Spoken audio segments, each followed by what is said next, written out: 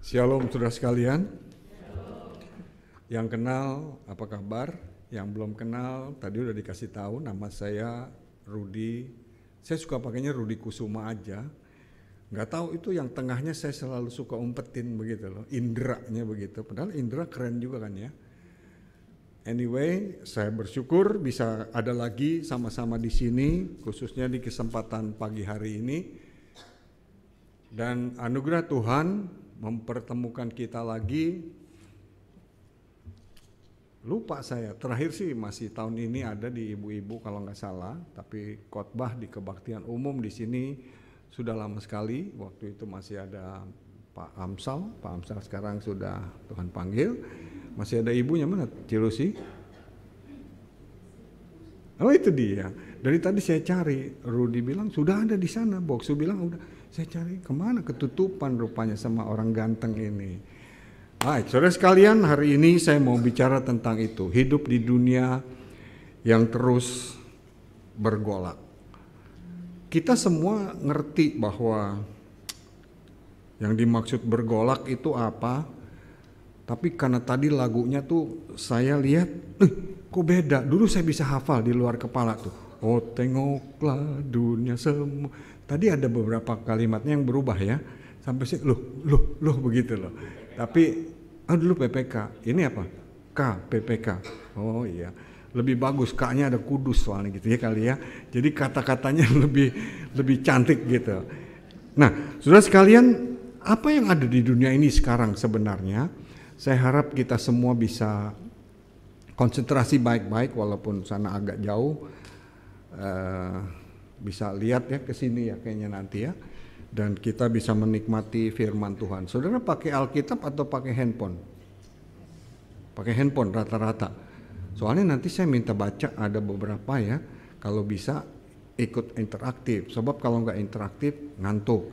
Lalu kalau lihat handphone janji dimasukin ke pesawat dulu. Sebab kalau nggak masuk pesawat nanti ada WhatsApp saudara baca dulu. Jadi lupa begitu khotbahnya, nggak konsen. Nah itu hal-hal yang saya selalu minta ketika saya berkhotbah. Hari ini di samping tema tadi, saya mau memperlihatkan beberapa gambar yang untuk membuka pikiran kita bahwa kayak gini loh dunia kita sekarang. Lalu kita mau bagaimana menjalaninya. Lalu kita akan belajar dari bangsa Israel. Sudah tahu bangsa Israel kan ya? Bangsa Israel bangsa yang hebat apa enggak? Hebat, sampai sekarang sih hebat. Karena Tuhan udah janji mau jaga dia. Tetapi perjalanan hidupnya itu loh yang agak-agak mirip sama kita. Ya, bagaimana miripnya? Nah nanti kita belajar. Makanya saya mau saudara lihat di Alkitab untuk bisa mengikuti dengan baik. Nanti Alkitabnya disiapkan. Di kitab mana? Di kitab Keluaran kayaknya begitu ya. Baik, kita mulai. Mari kita lihat gambar pertama. Mana nih? Udah belum?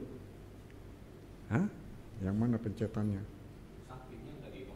Hah? Ini? On ke atas ke bawah. Oh ya tuh udah tuh. Maaf ya. Sana ke sini. Nah itu dia. Nah saudara begini loh dunia kita sekarang. Di mana-mana perang. Ya kan? Udah tenang yang satu, perang yang ini. Israel sendiri lagi perang. Lagi 3 minggu lalu saya khotbah di satu gereja. Saya pikir udah beres urusan Ukraina sama Rusia. Ternyata baru dibom lagi. Pulang dari gereja baru disikat lagi sama Om Putin itu. Sehingga peperangan kayaknya udah susah bener untuk bisa diredakan di mana-mana. Itu urusan yang di luar negeri. Kalau peperangan di rumah ada nggak ya? Ada. Lebih banyak piring terbang atau gelas terbang? Ada aja dah ya. Nah, saudara sekalian yang saya kasih dalam Tuhan, ternyata keadaan-keadaan seperti ini loh, yang seringkali ada di dunia, cuma kita itu seringkali, sudahlah ada di luar sana, ada di sini. Lalu kita membiarkan hal-hal kecil yang terjadi di rumah, yang tambah lama, tambah meledak akhirnya. Apa misalnya cemburu lah apa semua itu selalu ada, suka ada masuk pelan-pelan di dalam rumah tangga kita. Saya percaya di sini sih nggak ada yang cemburuan ya. Ada nggak ya? Kalau lihat wajahnya nggak ada semua. Sebab semua udah mantap-mantap lah begitu ya. Artinya ya udah lu mau gitu ya gitu silahkan gitu ya. Maksudnya gitu dalam arti yang melenceng-melenceng sedikit asal tetap pulang ke rumah. Tapi terlepas dari itu semua teman-teman, saudara sekalian, saya harus berkata bahwa cemburu itu berbahaya juga. Kalau kita nggak jaga baik-baik, biasanya bisa meledak. Dan kalau sudah meledak, kita jadi sedikit pusing. Pusingnya apa? Ups, ke bawah ya. Pusingnya begini, kita jalan, terus kita mau kemana ya?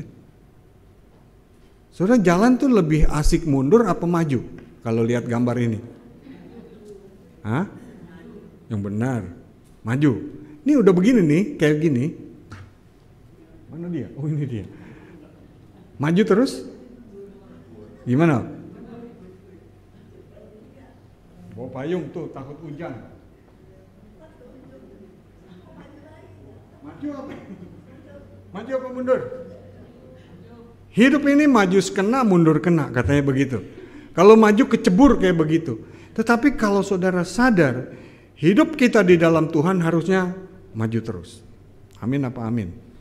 Aminnya kenapa? Buktinya apa? Saudara berani kalau udah di ujung gini maju terus? Tadi udah amin, sekarang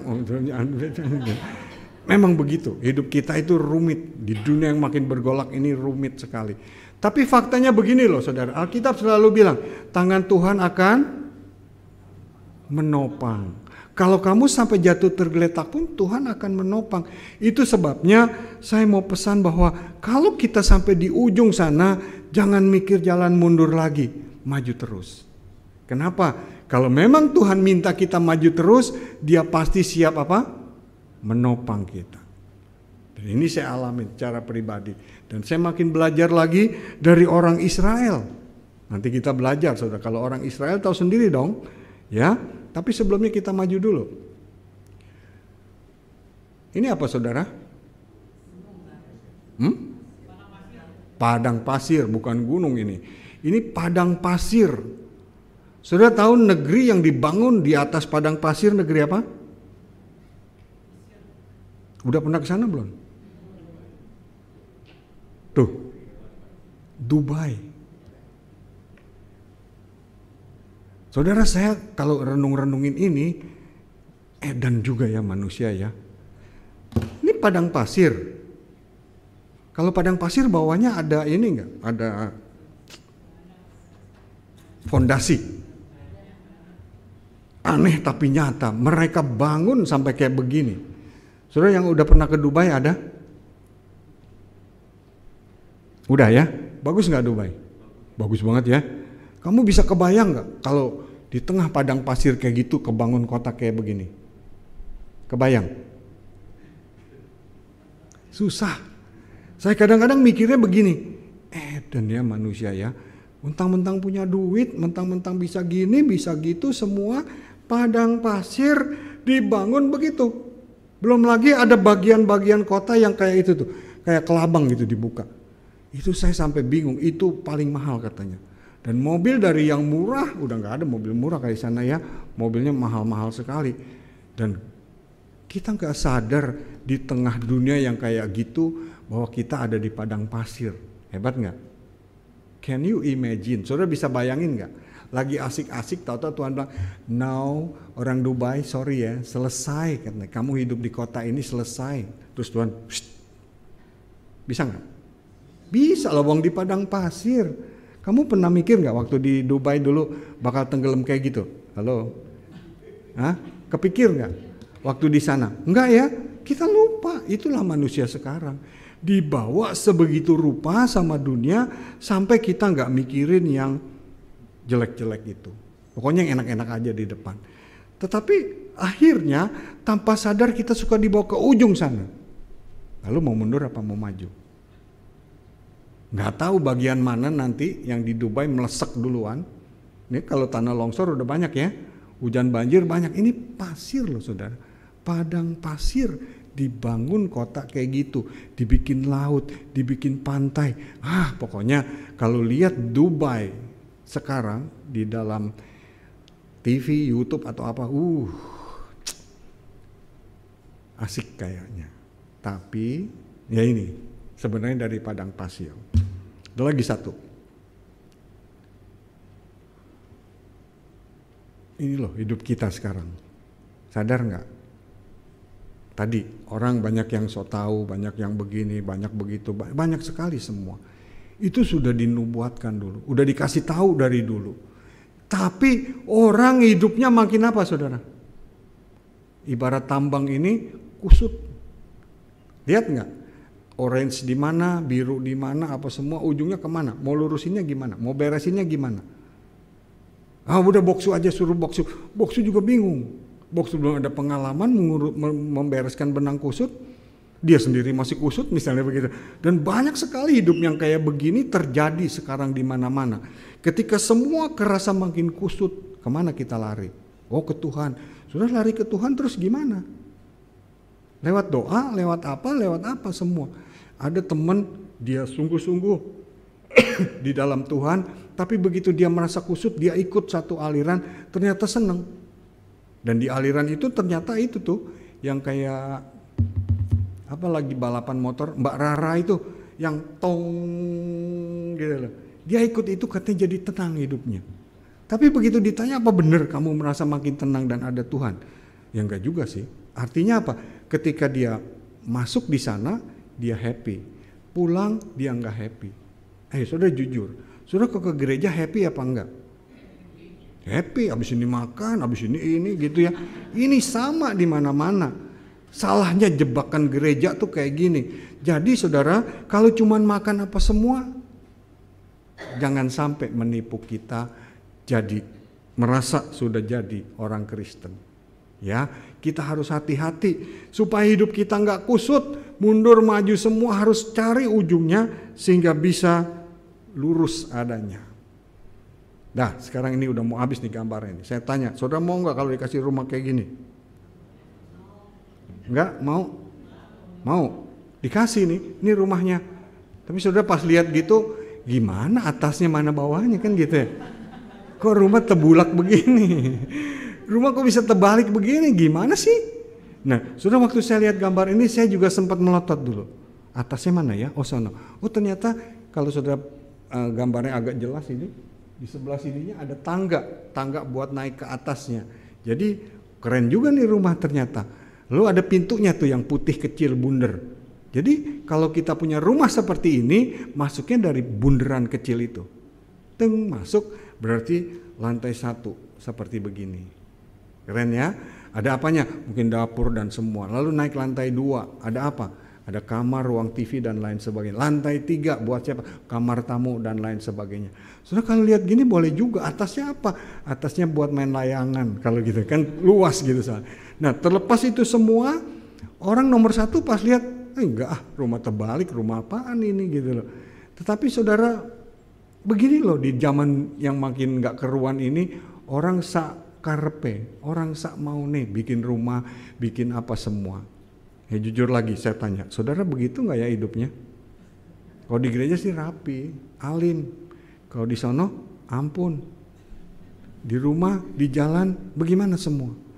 Ini sebenarnya sedang dibaca oleh orang di sekitar kita.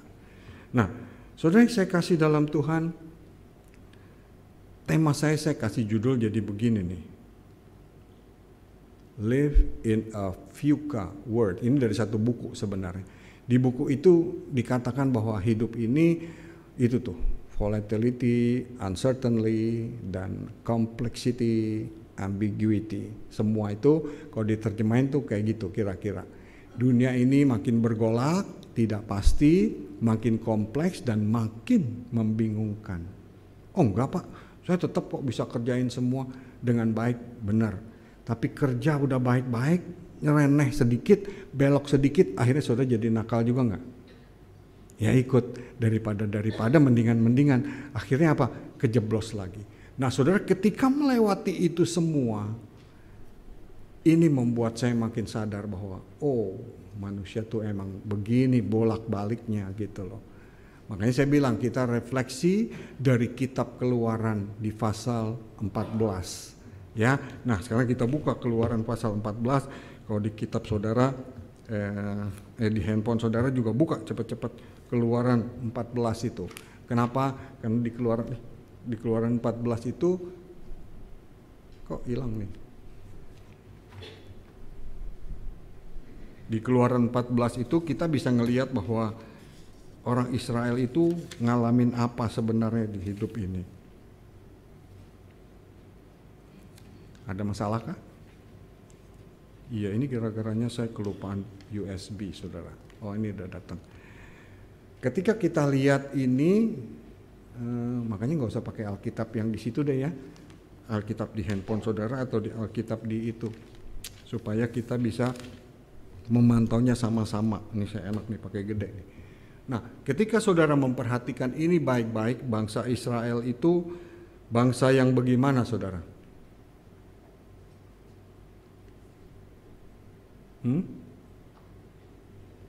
Bangsa yang keras kepala juga. Aduh, ini kecil buat saya nih. Ini gede nggak? Gede. Kalau sudah lihat di Keluaran 14 tuh ayatnya dimulai ayat 15 sampai 31 lalu sampai Keluaran 16, ini cukup panjang ceritanya di sini. Kita bisa lihat bahwa apa? Bangsa Israel itu bangsa yang benar-benar gimana, saudara? Tegar tengkuk, tapi mau juga, dan ternyata itu sampai sekarang. Ya, namun kita lihat di sini baik-baik sekarang. Bangsa ini sudah dibebaskan Tuhan lewat satu peristiwa yang luar biasa. Tadi sampai di ujung. Maju mati, kecebur di laut, mundur mati, ditusuk sama orang Mesir, pasukan Mesir. Mereka pilih yang mana? Nah, ini menarik. Ini dia pelajaran hidup yang saya pikir menarik. Kenapa saya ketika ada kesulitan apapun saya bilang maju terus, maju. Karena saya tahu Tuhan menyertai saya. Dan selalu begitu, ketika saya maju, jatuh sih memang sempat, tolong Tuhan, siap, tata Tuhan tolong begitu. Kalau saudara pernah mengalami ini, saudara pasti akan makin mengerti cara Tuhan bekerja di dalam kehidupan kita. Kenapa? Karena cara Tuhan bekerja itu memang luar biasa. Sudah tahu bangsa Israel ini sudah lewat laut Teberau itu. Ketika laut Teberau dia lewatin, bangsa Israel gimana kira-kira? Wah, kalau saudara pernah lihat filmnya atau membayangkan gitu. Ini maju laut, mundur Mesir. Tapi Musa Tuhan suruh gimana? Angkat tongkat dan piang, airnya terbuka. Saudara bisa bayangin gak laut terbelah gimana? Makanya tadi saya bawa pasir dulu. Kalau pasir terbelah sih gampang ya, kelihatan gitu. Kalau laut sama juga sih, susah juga dibayangkan. Tetapi karena laut itu terbuka, maka orang Israel bisa jalan melewati ini semua. Di sini menariknya. Saudara kalau suruh lewatin laut yang terbuka, mau jalan nggak? Ya jalanlah kalau Tuhan yang suruh, begitu ya. Makanya saya bilang, tolong kita garis bawahi. Kalau Tuhan yang suruh kita, jalanin yang bagaimanapun, tapi mantep betul-betul di dalam Tuhannya, jalan. Karena Tuhan selalu siap menopang kita. Oke, saudara sudah lewat itu, bagaimana sikap bangsa Israel? Tadinya sama Musa sebelnya bukan main, ini mimpin begini, ini bagaimana. Tapi begitu sudah beres semua, mereka jadi kagum juga. Musa, Harun, luar biasa. Tapi saudara, kita lihat selanjutnya. Begitu mereka sudah lewat, baru 3 hari. Kalau saudara baca ayatnya itu, ya, baru 3 hari, belum lama. Kalau 3 hari itu, gitu, cuman segitu sebentar sekali. Apa yang terjadi? Mereka protes lagi. Katanya, tahu begini mah, mendingan di sono. Saudara suka begitu nggak sama Tuhan? Tuhan kalau gitu enakan bukan orang Kristen dah. Dulu saya bisa lalelo, sekarang ini nggak boleh, itu nggak boleh, itu nggak boleh. Jadi gimana? Mundur apa maju? Mundur. Iya, yang mundur banyak. Tapi yang maju juga banyak, kita bersyukur. Ini sekali lagi menjadi contoh buat kita. Mereka marah karena nggak bisa minum. Mungkin makanan masih ada waktu itu. Sudah tahu ceritanya ya? Cerita berikutnya nggak ada makanan. Berikutnya lagi nggak ada daging. Dan saudara baca ini baik-baik, pelan tetapi pasti Tuhan menjawab mereka. Tuhan menjawab mereka. Tuhan menjawab mereka. Dan Tuhan mencukupkan mereka. Berapa hari mereka bisa makan dan minum makanan yang Tuhan sediakan? Ada nggak? Tuh, paling bawah, 40 tahun. Artinya selama pengembaraan Tuhan pelihara mereka. Cukup kalau ikut aturannya Tuhan. Tapi kan manusia begitu ya. Tuhan bilang, kamu ambil sesuai keluarga, sesuai takaran begini. Habis itu jangan ada yang lebih, jangan ada yang gini, jangan ada yang gitu. Betul nggak? Kalau baca ayat itu, ayat-ayatnya. Dan ketika orang ngambil lebih, apa yang terjadi? Busuk. Kan begitu? Nggak bisa dimakan dan lain sebagainya, dan lain sebagainya. Artinya satu pernyataan yang Tuhan mau bilang begini loh. Kalau kamu taat, aku akan pelihara. Dan kamu akan menikmati kesetiaan Tuhan. Tangkap ini baik-baik teman, saudara sekalian. Kenapa? Karena di dalam hidup yang kita lalui, seringkali kita mau taat nggak? Seringkali kita mau setia nggak sama Tuhan? Sekali lagi, kita kayak Israel itu yang saya bilang kita bercermin di sini. Orang Israel ya begitu. Rasanya di Mesir lebih enak dan sebagainya, ada daging, ada semua. Ini Tuhan kasih lebih fresh, saudara. Nggak tahu daging di Mesir daging apa saja, tetapi ini dagingnya kita tahu, ada ceritanya. Daging apa? Burung puyuh. Burung puyuh sama burung dara enakan mana? Udah cobain belum? Burung puyuh lebih enak, saudara. Buntet kecil gitu, ternyata enak. Apalagi dipanggangnya sama lah modelnya, pakai kayak burung dara punya gitu. Wah, itu makan pakai bisa nambah terus. Apalagi pakai itu katanya, pakai sambal mata, sambal tomat. Wah, jadi makan kita.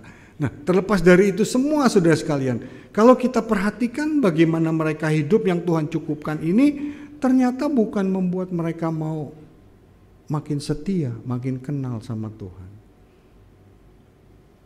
Mereka marah lagi. Baik waktu dicukupin sama pemimpinnya. Tapi begitu kekurangan sedikit, marah lagi. Di situ saya sampai tulis dibanding-bandingin gitu loh. Zaman dulu sama zaman sekarang. Mirip juga ya sama kehidupan kita di Indonesia ya. Zaman dulu sama sekarang enakan mana?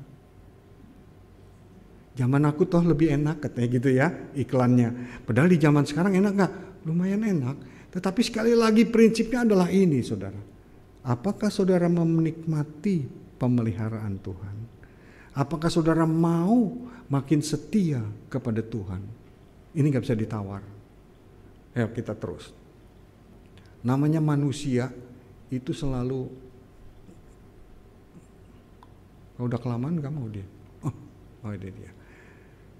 Kita lihat pelan-pelan lebih dalam. Ini soalnya saya kejauhan itu agak nggak kelihatan. Nengok-nengok nggak apa-apa ya. Sudah lihat gini, pelajaran yang kita dapat ini adalah sebenarnya karena timbul rasa khawatir, saudara. Betul nggak? Orang Israel ini mulai khawatir. Makanan udah, minuman udah, tapi kok begini? Apa iya akan terus-terusan? Saudara, faktanya itu tadi 40 tahun mereka dicukupi oleh Tuhan. Makin mereka lama di dalam Tuhan, makin mereka bingung. Bingungnya apa? Kayaknya enakan dulu deh. Saudara coba bayangin sekarang, saudara jadi orang Israel. Dulu jadi budak, sekarang bebas merdeka. Saudara mau budak apa bebas? Bebas lah. Tapi dalam kebebasan harus begini, harus begitu. Ya nggak apa-apa, jalanin dulu dengan benar semuanya. Ketika dia jalanin semua dengan benar dan ternyata Tuhan sediakan ada roti, ada daging, semuanya udah ready, Tuhan siapkan. Jadi mana lebih baik? Sebenarnya yang ini kan sudah lebih merdeka dong. Saudara kalau lagi dicukupin sama Tuhan di dalam segala kemewahan saudara makin cinta nggak sama Tuhan? Oh cinta, namanya lagi dicukupin. Tapi mulai ada goyangan sedikit, ada gejolak sedikit, saudara tetap cinta sama Tuhan? Mulai kan? Cinta Tuhan kalau iya asal gitu. Saudara ada seorang teman yang saya kenal di sana, masih muda dia. Tapi bisnisnya luar biasa. Jalan dengan baik. Anak muda di bawah umur saya, kayaknya pokoknya gitu dah. Karena apa? Semua yang dikerjain jadi duit. Semua jadi duit. Maka dia sendiri mulai merasa begini, apalagi ya? Tapi kok Tuhan gak kasih saya anak nih? Tolonglah Tuhan. Dia cek badannya semua, maminya punya penyakit autoimun. Maminya. Kalau maminya punya gitu, anaknya ada yang turun gak? Ada. Dan ternyata anak ini turun. Autoimun juga. Dokter terus bilang, udahlah kamu jangan macem-macem. Kenapa? Karena dia kepengen ngikutin program bayi tabung. Saudara. Nah anak ini pelan-pelan, diam-diam gak mau kasih tahu mami. Karena Tuhan cukupin duitnya.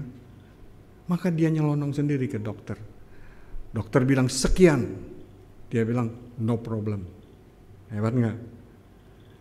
Singkatnya dibayarlah sudah. Cepetin lagi. Anak itu bisa melahirkan. 1. Udah jalan lagi 2 tahun, dia mulai mikir lagi. Kemarin Tuhan tolong, walaupun saya kondisinya lemah. Saya percaya Tuhan akan makin tolong saya. Lalu dia ngapain lagi? Diam-diam lagi gak kasih tahu maminya, masuk lagi program bayi tabung lagi. Mau anak kedua dia. Dia bilang ini anak laki 1, bandel bener. Semoga anak ketiga perempuan jadi baik. Sudah singkat cerita lagi, bayar sekian kata dokter. Karena kemarin itu sangat deg-degan loh semua. Tapi dia gak takut. Dia bilang saya siap pokoknya. Dia bayar lagi sekian. Periksa di perut ternyata bayinya 2, kembar. Anaknya kecil sekali. Orangnya kecil. Nah, kembar 2 jadi gimana perutnya kira-kira? Udah sangat besar begitu jalannya udah susah. Tapi memang dia melayani Tuhannya sungguh-sungguh. Setia. Cuman hatinya gimana enggak tahu. Buktinya apa? Ya masih ngelawan mami ini. Enggak bilang-bilang sama mami karena punya duit nyelonong begitu. Mestinya kan enggak gitu ya. Kalau orang udah makin benar, bagaimanapun step by stepnya itu makin hati-hati tadi, taat dan setia supaya pemeliharaan Tuhan makin terasa. Nah makin dia jalanin, perutnya makin besar ini membuat dia makin bingung juga. Tuhan nanti gimana kalau keluarnya? Singkat cerita, kalau dunia sekarang kan apa aja bisa dipilih ya. Pilih tanggal untuk keluar. Kira yang keluar anaknya. Kembar 2. Laki lagi. Jadi punya 3 laki. Lucu sih anaknya sekarang lucu. Tapi itu mami punya perut yang melar tiba-tiba susah kendor lagi. Susah kendor, susah apa? Susah kenceng lagi. Kan bingung. Dia olahraga bagaimanapun ini masih gambler-gambler begitu. Nah di tengah gambler-gambler itu dia tanya dokter lagi. Dok, apakah bisa perut saya diginiin? Bisa kata dokter. Sekian. Siap bayar. Bayar lagi. Dan setelah semua berjalan sampai sekarang saya kalau ketemu dia masih tetap cantik, langsing, dan punya anak 3 laki-laki. Kalau tanya gimana anakmu? Bandelnya luar biasa. Tahu gitu mau saya nggak mau punya anak. Tuh, kok nyesel belakangan nggak ada yang di depan. Ketika anak itu berjalan terus, sekarang umurnya anak itu kok nggak salah 3 tahun udah. Anak 3 tahun lagi seru-serunya ya. Tapi si mama tetap jalanin semua. Tuhan makin berkati usahanya. Tuhan juga menolong dia di dalam pelayanannya. Tetapi ada satu yang dia susah melawannya. Autoimun tubuhnya. Ketika ketemu saya dia bertanya, Pak Rudi, apa yang harus saya lakukan? Balik kepada Tuhan dan setia yang benar. Udah, saya nggak bisa ngajarin kamu setia gimana. Karena kesetiaan itu adalah milik saudara. Pilihan saudara sendiri. Kenapa? Karena manusia kecenderungannya adalah apa? Sekali lagi, kalau enak, puji Tuhan, puji Tuhan. Kalau nggak enak, saudara, banyak yang sakit diabetes. Kenapa? Iya. Gampang ya. Kalau kita nggak rakus, beres nggak? Beres. Dan nggak rakus aja suka kena. Apalagi, kenapa? Ada turunan katanya gitu. Nah saudara, terlepas dari itu semua, balik makanya ke kita. Apa? Ini dia. Di dalam bagian yang pernah mungkin saudara ingat di Yohanes 6, itu ada cerita Tuhan Yesus kasih makan sekian ribu orang, sekian ribu. Itu tiap kali habis makan, orang-orang itu kayaknya happy. Ada beberapa cerita tentang Tuhan Yesus kasih makan buat orang banyak, betul ya? Nah, ketika semua orang banyak itu makan, Tuhan Yesus kayaknya dicariin terus. Jadi simpelnya, kalau diberkati, kalau semua cukup, kalau semua ini, Tuhan baik. Makanya kalau saudara baca cerita ini baik-baik, sehabis roti hidup itu menjelaskan kepada apa yang kita baca itu, bahwa Tuhan memang mau mencukupkan kita ketemu. Tuhan Yesus kabur gitu, ngilang dia dari waktu itu. Ketika dia menghilang, semua nyariin ada di mana. Tapi murid-murid ketemu lagi. Kenapa engkau lari, guru? Kenapa gitu? Tuhan Yesus bilang, habis mereka cuma mau makan doang. Makanya saudara, kalau ke gereja jangan makan aja yang dipikirin ya. Walaupun tiap kali ke gereja pasti kita ada makanan, jangan lupa. Nomor satu harus Tuhannya. Amin. Sudah di Hong Kong itu gerejanya gitu. Apalagi kalau sama mbak-mbak ya, sama TKW semua. Waduh, itu saya kalau hari Minggu itu bukan cuman kenyang. Istilahnya mau makan apa? Makan Manado ada, makan Jawa ada, makan Indonesia ada, makan Betawi ada. Semua bisa komplit, lengkap dengan kerupuk dan sambalnya. Bahkan kalau belum kenyang gak boleh pulang. Bahkan kalau udah mau pulang dibungkusin lagi. Jadi saya mikir, ini ke gereja makan apa cari Tuhan ya? Orang bilang dua-duanya dong Pak. Kan boleh jasmani dan rohani, betul. Tapi Tuhan lebih pentingin apa? Jasmani apa rohani? Rohani dong. Makanya boleh ntar kita makan bakso katanya. Baksonya enak. Baksonya enak. Ada gini, ada gitu. Ya nikmatin. Tapi kira-kira gitu loh.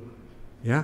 Nah, saudara, ini yang membuat orang itu suka bersungut-sungut kalau melewati semua sesuai maunya kita. Dan Tuhan itu tahu ukuran dan standar yang tepat buat kita. Dan dia nggak mau kita main-main dalam jalanin ini semua. Dengan ketaatan dan kedisiplinan tadi membuat kita harus makin maju di dalam Tuhan. Nah, sayangnya, ini dia. Ayo kita baca ini sekarang. Yohanes 6 ayat 66. Sayangnya apa? Mari kita lihat. Siapa yang mau bacain buat saya? Yang cepat buka. Set. Yohanes 6. Udah nih, udah dapat nih. Yuk. Bukan di Keluaran, di Yohanes. Iya, Yohanes 6:66. Mulai dari waktu itu banyak murid-muridnya apa? Karena apa? Ngundurin diri kira-kira karena apa? Kalau saudara perhatikan, murid-murid aja mau mengundurkan diri, kenapa? Ini Tuhan gimana sih? Ntar bilang begini, ntar bilang begini. Padahal apa yang Yesus kasih lihat sama mereka, itu semuanya jelas, semuanya kelihatan. Tuhan sungguh tidak mau main-main. Saudara, ini murid-murid yang dimaksud itu bukan semua murid, tetapi orang yang banyak pada ngikutin itu. Kalau dapat makanan ya kenyang, seneng, tapi kalau enggak mundur lagi, kita balik lagi. Jadi lihat, kalau kita makin mau percaya sama Tuhan, ini yang harus ada di hidup kita. Makin apa saudara? Makin mau proses, bukan makin banyak protes. Saudara banyakkan protes atau proses? Protes saya dong. Ya saya kayak orang itu kan, saya itu sama. Saudara bayangin Alkitab itu ditulis supaya kita alert, supaya kita ngerti. Oh, ternyata hidup itu harus kayak begini, bukan begitu. Tetapi kita maunya begitu, bukan begini. Akibatnya apa? Ya begitu. Sudah sering kan dikhotbahkan, kok ke gereja jangan tidur ya, tapi sampai di gereja ya tidur. Ya yang tidur jangan merasa nggak apa-apa, tidur aja, tenang aja, nggak apa-apa. Tetapi artinya apa? Pesan yang Tuhan mau kita tangkap lewat. Kita nggak mau diproses buat melek sedikit, dengerin apa yang Tuhan mau, tapi kita tidur.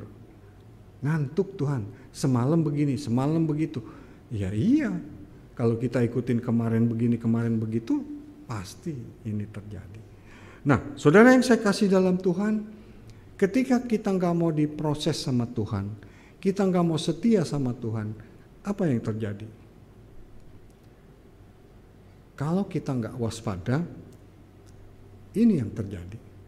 Di Yohanes 6 ayat 67 sampai 71. Ini mencatat sekali, membuat kita melek benar-benar. Ini lebih dekat lagi, close kepada murid-muridnya. Kalau tadi murid-murid yang mungkin banyak itu, sekarang murid yang dekat. Siapa mereka? Coba dibacakan, tolong buat saya. Ini ntar kalau dibuka di sini sama Anwar, siapa saja boleh baca. Ya, satu, siapa? Baca semua boleh. 2, 3, mulai. Nih. Kurang, turun dulu pelan-pelan lagi. Mulai dari waktu itu tadi, benar. Ya, ini 2, 3. Mulai dari waktu itu, banyak murid-muridnya mengundurkan diri, tidak mengikut dia. Terus,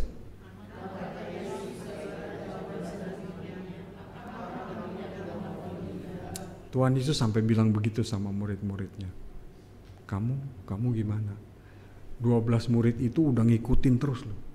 Tuhan kesana, Tuhan begini, Tuhan mikir begitu, dia ikutan. Guru, orang banyak, belum dikasih makan di mana? Kamu kasih makan. Mereka pikir cari jalan, dapat jalannya. Dan ketika semua itu bisa dilakukan, ternyata nama-nama ini justru tercatat di situ. Salah satunya si pengkhianat itu, Yudas Iskariot. Saudara, kenapa si pengkhianat ini dicatat? Sekali lagi, tujuannya adalah untuk mengajar kita mengerti. Kalau kita mengkhianat sama Tuhan, akan diingat selamanya. Kenapa orang susah mengampunin? Sama dia mah, jangankan ngelihat mukanya, dia lewat baunya sedikit aja sudah tahu nih bau dia nih. Dan saking baunya, saking sebelnya, gitu loh. Nah, saudara yang saya kasih dalam Tuhan, Tuhan gak suka sebenarnya yang kayak gitu.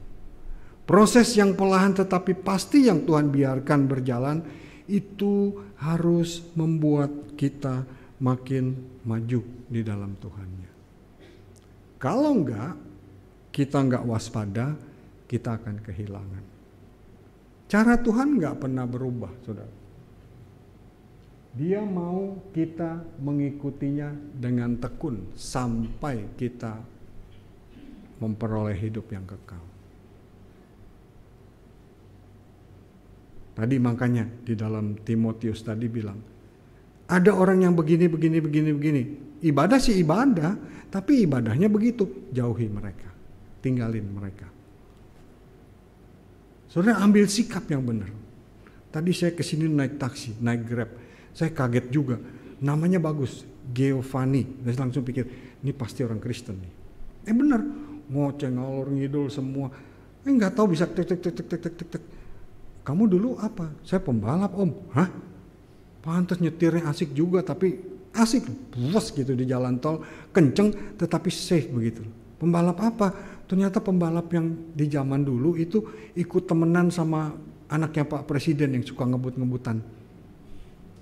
Jadi saya punya mobil 5 om. Hah? Apa aja? Ini buat apa? Dulu buat nge-racing. Sekarang mah udah enggak. Sekarang saya udah bertobat, saya hidup benar begini. Oh baguslah kalau gitu kamu udah diproses ya sama Tuhan. Waduh Om, bukan diproses lagi, udah begini sampai akhirnya begini. Oh oke. Kok nggak ke gereja hari ini? Saya Katolik Om, saya ke gerejanya hari Sabtu. Oh kalau hari Minggu enggak. Kenapa? Kalau hari Minggu cari duit Om, kalau hari Sabtu cari Tuhan. Oh gitu. Terus sekarang kamu ngapain? Istri ngapain? Istri saya guru Om. Dokter Om.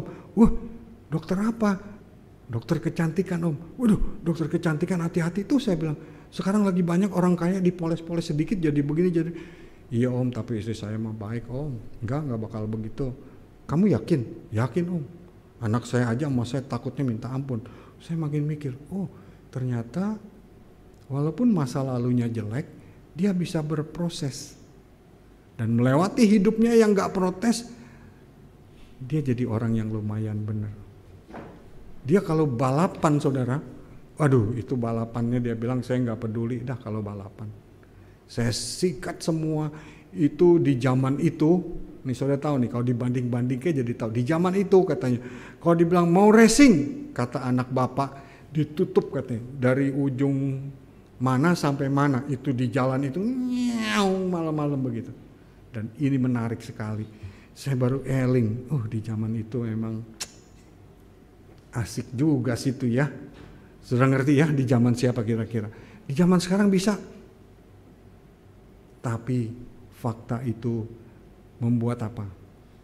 Si Giovanni ini sadar cuman Tuhan yang benar yang perlu dicari. Saya langsung ini, Tuhan terima kasih kok. Saya mau khotbah itu cocok juga nih orang nih. Cocok Tuhan. Ntar saya kasih cerita, kasih ceritain. Sampai pulang, saya udah dianterin juga. Dia cuma bilang gini, Om, ini kecepetan nih Om katanya. Om, kebaktian jam berapa? Saya bilang jam 9. Waduh, jam 8 sekarang Om. Ya Om, ntar di atas sana tungguin dah kali. Iya, saya sampai bilang gini, kamu udah kaya ya, kamu udah cukup, saya nggak usah kasih tips ya. Iya Om, nggak apa-apa. Aduh, puji Tuhan ya Om. Terima kasih Tuhan memberkati. Om, ternyata Pak Pendeta ya. Iya, saya cerita semua lagi pelan-pelan. Terus dia bilang, oke, kita pisah ya Om. Sampai jumpa. Apa kalimat terakhirnya? Tuhan memberkati. Kelepek aja saya langsung pikir gini, gawat nih, dahsyat nih kalau Tuhan udah bentuk orang mau plang pling begitu ujungnya tetap apa? Betul? Nah itu caranya kalau Tuhan mau proses kita, mau kita kejar, tapi dari kita diminta untuk waspada. Gimana caranya kalau udah jalan kejauhan? Nih saudara. Saudara hafal nggak Matius 11 ayat 28? Hafal? Gak usah dibukain. Apa bunyinya? Yang sebelah sini doang ya hafal, sini nggak ada. Hafal sini pasti. Ya sama-sama, gak usah dibuka ya. 2, 3. Semua yang letih lesu dan berbeban berat, aku akan beri kelegaan. Oma-oma yang hafal nih, anak muda enggak. Anak muda bilang begini, hafal Om tapi di Alkitab. Iya nggak apa-apa dah. Tapi yang paling penting dari itu saudara sekalian, ajakan Tuhan ini nggak pernah berubah. Kapanpun saudara ada, di zaman apapun saudara ada, Dia selalu menawarkan, mari kepadaku. Siapa? Semua. Siapa? Letih lesu berbeban berat, aku akan beri kelegaan. Siapa? Tuhan. Sudah lihat Tuhan kita nggak pernah berubah. Yang berubah-ubah itu kita. Kalau kita nggak mau hati-hati, kita nggak mau waspada, kita akan kehilangan. Kenapa? Karena kalau kita datang kepadanya, Dia bukan cuma peluk kita. Balik ke orang yang tadi autoimun, anak muda tadi. Ketika dia udah dioperasi, udah jadi langsing, udah semua, cantik lagi, jadi kayak gadis lagi, bukan gadis lah maksudnya, nggak kelihatan. Udah emak punya anak 3. Tapi dia tetap semangat melayani Tuhan sampai sekarang. Pelayanannya adalah membantu orang-orang TKI lagi. Yang sebenarnya bukan kelasnya dia. Kenapa? Karena dia kelas tinggi sekali. Penghasilannya itu 100.000 Hongkong lebih sebulan. Setahun sekian. Kalau Mbak cuman berapa?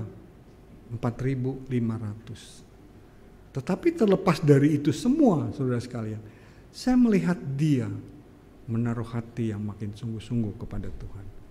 Dan kesungguhannya itu membuat maminya juga senang. Walaupun maminya autoimun juga, anaknya autoimun, dia tetap bisa kerjasama. Untuk apa? Melayani Tuhan. Karena apa? Ayat ini dia pegang. Dia bilang, Ko Rudi, Om Rudi, Pak Rudi, kalau saya tidak pegang Tuhan, saya nggak tahu udah di mana. Kenapa, saudara? Pernah cari apa yang paling kuat di dunia ini? Pernah cari belum? Paling hebat, paling kuat di dunia ini ada? Kalau saudara buka mata benar-benar nggak ada. Ini ayat paling bagus, saya suka sekali. Ayo kita buka ayat ini. Mazmur 62. Ayo, 2, 3. Bukan Yohanes, Mazmur 62 ayat 2 atau ayat ini ayatnya suka meleset nih emang. 2, 3. Hanya dialah gunung batuku dan keselamatanku. Kota bentengku, aku tidak akan goyah. Yang paling establish cuman Tuhan. Yang terusnya bilang apa? Berapa lamakah kamu hendak menyerbu? Bukan. Pokoknya ini Tuhan tetap menjadi kota benteng. Bukan ayat 4, bukan. Maksudnya bukan gitu. Tetapi mana tadi? Ayat ini, dan ayat ini. Semuanya bunyinya sama. Dia gunung batu. Coba balik ke yang slide saya. Nah, sudah catatnya yang itu tuh. Jadi ayat 2, 3, 6, 9. Begitu maksudnya, bukan 2 sampai 3, bukan. 2, 3, 6, 9. Kalau sudah lihat ayatnya bunyinya sama. Dia gunung batu. Jadi cari dimanapun nggak ada. Cuman dia gunung batu. Cuman dia keselamatan kita. Cuman dia tempat kita berharap betul-betul. Nah, saudara yang saya kasih dalam Tuhan, kalau dia tempat perlindungan, dia tempat kekuatan kita, apakah pasangan kita, apakah kekayaan kita, apakah pangkat kita bisa menjamin kita? Ya Bapak mah kalau udah gitu nanya ya jelas enggak dong.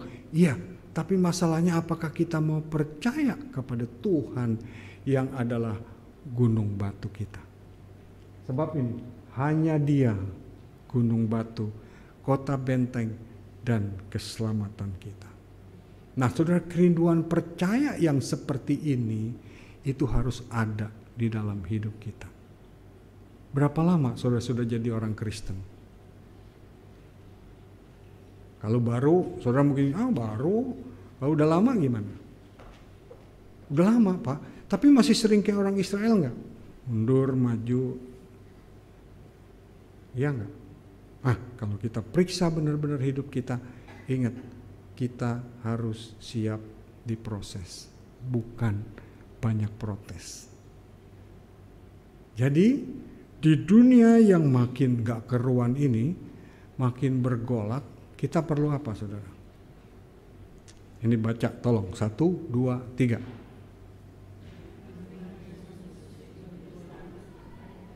Terima Tuhan Yesus menjadi juru selamat pribadi. Ini bukan cuma dikhotbahin, ini bukan cuma disuruh, tetapi kita harus terima dan mau percaya Kristus sungguh-sungguh. Ketika sudah berkata, yes Tuhan, Engkau adalah Tuhan, Engkau juru selamatku, Engkau benar-benar yang menolong aku dalam segala kesempatan di hidupku. Dengan iman, dengan perbuatan, pelan tapi pasti, saudara akan mulai menikmatinya. Tolong diperiksa baik-baik sekarang. Bagaimana iman kita kepada Tuhan sampai hari ini. Saudara kerja, saudara bisnis, saudara berhasil semua, saudara sekolah, bisa jadi ngetop dan semua, fine. Tapi apakah iman kita hanya kepada Kristus? Yang kedua, apa saudara? Terus makan roti hidup. Roti hidup itu firman Tuhan. Kalau kita baca tidur terus, ya nggak masuk. Tapi kalau kita baca pelan-pelan, renungin ke sana ke sini, lihat Google, lihat apa semua, sudah lihat akan makin diberkatin. Kita kalau firman Tuhan nggak nyari pakai Google kan? Enggak. Yang kita cari apa? Kalau lagi cari barang, Google. Cari alamat, Google. Cari ini, Google. Apa aja mbah Google. Tapi kalau kita nggak ngerti firman Tuhan, ntar aja dah tanya Ko Rudi dah, tanya Pak Rudi. Dan kalau kita begitu terus sampai hari Minggu sampai lupa. Lalu kita belajar firman Tuhan nggak? Kagak. Makanya teman-teman, kalau ketemu yang aneh, buka aja Mbah Google. Nggak bunyi sih nggak gitu, nggak Mbah Google, tolongin dong, enggak. Kalimatnya aja cari. Rakus, buat keluar semua rakus. Murid Tuhan yang gini, keluar semua. Nah, kalau sudah bisa memperhatikan seperti gitu, ini namanya makan rohani dengan benar. Makin benar makan, maka sudah makin cinta sama Tuhan. Yang ketiga, apa tadi? Mau diproses, bukan banyak protes. Tadi saya sudah tanya ya, saudara banyak protes apa proses? Protes masih, berarti belum sampai sini. Ya, hidup di dunia yang makin gak keruan ini, itu salah satunya. Loh, zaman kemarin udah enak, jalan tol udah banyak, ini udah banyak, tapi kok katanya akan begini ya, akan begitu ya. Yang Bapak dulu bagus, sekarang kok begini ya, kok begitu ya. Kita makin bingung. Ini ngomong Indonesia. Di luar negeri, ya begitu juga. Dulu kita di Hong Kong udah aman, udah semua, tapi sebentar lagi akan balik ke cungkuk. Dan regulationnya lain lagi, aturannya lain lagi. Orang di Hong Kong jadi bingung lagi. Tapi setiap kali saya khotbah, khususnya di teman-teman TKW, di teman-teman bapak-bapak, om-om yang wakil gitu, yang keturunan, yang cari Tuhan sungguh-sungguh, saya sering bilang, ingat, kita harus siap diproses. Yang keempat, jadikan semua sumber, maksud saya sumber firman Tuhan, itu menjadi kesukaan kita.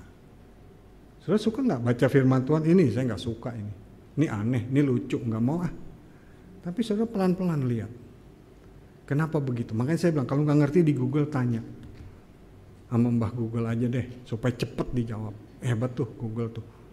Nah, tapi bukan membanggakan Google-nya, tapi kerinduan mau belajar supaya saudara ketemu jawabannya, itu yang saya mau. Ya, yang berikutnya apa jadi? Mari kita berkata seperti Yeremia. Ini saya harap ini jadi ayat hafalan saudara.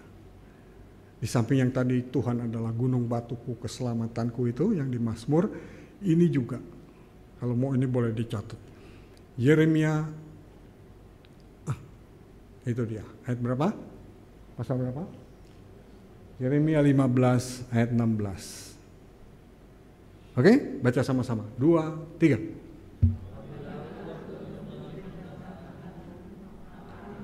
Udah pada ngantuk ya? Iya, bentar lagi basuh, jangan takut. Ayo, baca yang bareng, kuat. Saya juga nengok ini dah. 2, 3. Apabila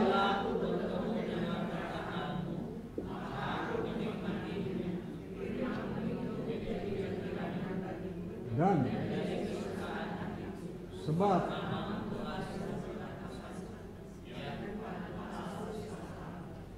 berapa lama kita sudah dengar Tuhan? Masihkah kita kayak orang Israel? Apakah kita mau jalan begitu terus? Sudah lihat tangan Tuhan membentuk kita. Mungkin kadang-kadang di ujung sana, tapi Dia selalu siap menolong kita. Pilihan ada di tangan saudara, suruh mengambil jalan yang mana. Saya sudah sampaikan isi hati Tuhan, dan biar Tuhan yang menolong kita. Tuhan memberkati, mari kita berdoa.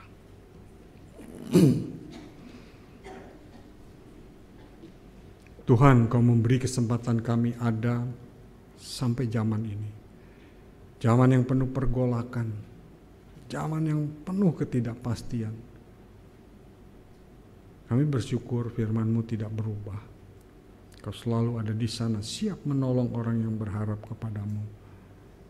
Tolong kami bukan menjadi orang yang gampang marah sama Tuhan, gampang protes, mau yang enak-enak saja.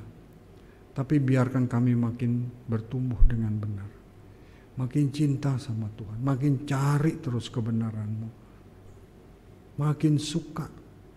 Bahkan seperti yang Yeremia katakan dalam ayat ini, buatlah kami betul-betul mencari, mencintai, dan dalam anugerah-Mu kami boleh menjadi saksi-Mu di tengah zaman yang makin bergolak ini. Terima kasih Tuhan, sempurnakan semua yang hamba sudah uraikan. Biarkan Kau meteraikan dengan kuat kuasa Roh Kudus-Mu, dan dengan pertolongan-Mu kami bukan saja dengar, tapi firman-Mu meresap di hati kami, dan kami boleh menjalaninya dengan penuh sukacita, karena Engkau terus siap memberi kelegaan buat setiap orang yang mau datang kepadamu. Terima kasih Tuhan, Engkau kenal siapapun kami, Engkau kenal apa dan bagaimana yang sedang kami hadapi saat ini. Tolong pimpin sertai kami. Dalam sakit penyakit kami, beri kami hikmat bijaksana. Dalam pekerjaan yang dalam kesulitan, Tuhan beri jalan keluar yang terbaik. Tapi buat kami terus berserah kepada Tuhan, dan boleh menyaksikan kesetiaan-Mu di dalam hidup kami masing-masing. Kau pakai terus anak-anak-Mu di tempat ini, pakai hamba-Mu Pak Rudi untuk boleh menjadi berkat juga, bersama istrinya Bu Linda dan anaknya Gabe, dan semua orang yang membantu di dalam perjalanan gereja ini. Biarlah penyertaan-Mu menyertai. Bukan saja mereka boleh makin banyak jumlahnya, tapi bertumbuh di dalam kebenaran Tuhan. Izinkan juga tempat di atas yang sudah tersedia itu boleh terpenuhi, terisi dengan orang-orang baru nantinya. Dengan anugerah-Mu, Tuhan tolong semua jemaat boleh bergandeng tangan bersama-sama, mau bekerja bagi dan untuk kemuliaan Tuhan. Terima kasih Tuhan, hamba-Mu hanya sedikit menyampaikan ini semua, tetapi Engkau punya rahasia yang lebih besar di balik semuanya. Buatlah kami makin mengerti rahasia-rahasia-Mu, supaya kami makin bertumbuh di dalam Engkau. Terima kasih Bapa, terima kasih. Bersyukur untuk pimpinan dan penyertaan-Mu sampai hari ini, dan biarlah tangan kasih-Mu terus boleh memimpin, menyertai kami sekalian, sehingga kami datang menjumpai Tuhan nanti dan menjadi hamba yang setia. Terima kasih Tuhan, kami bersyukur di dalam nama Tuhan Yesus. Amin.